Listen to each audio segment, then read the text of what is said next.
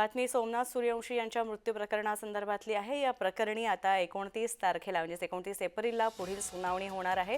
औरंगाबाद खंडपीठाची राज्य सरकारला या संदर्भात नोटीस सुद्धा पाठवण्यात आलेली आहे।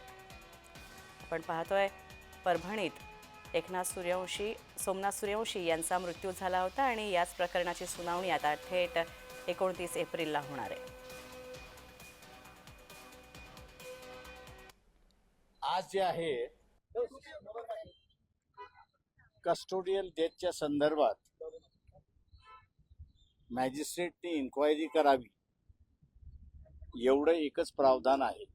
आम्ही असं कोर्टाला असं म्हटलं की याच्यामध्ये सोमनाथ सूर्यवंशी हे कोर्टाच्या कस्टडीमध्ये असताना त्यांचा मृत्यू झालेला आहे, तेव्हा पुढची कारवाई जोपर्यंत असेंब्ली करत नाही किंवा पार्लमेंट करत नाही तोपर्यंत कोर्टाने नियमावली तयार करून त्याची पुढची कारवाई कशी झाली पाहिजे याची गाईडलाईन्स डे डाऊन करावं।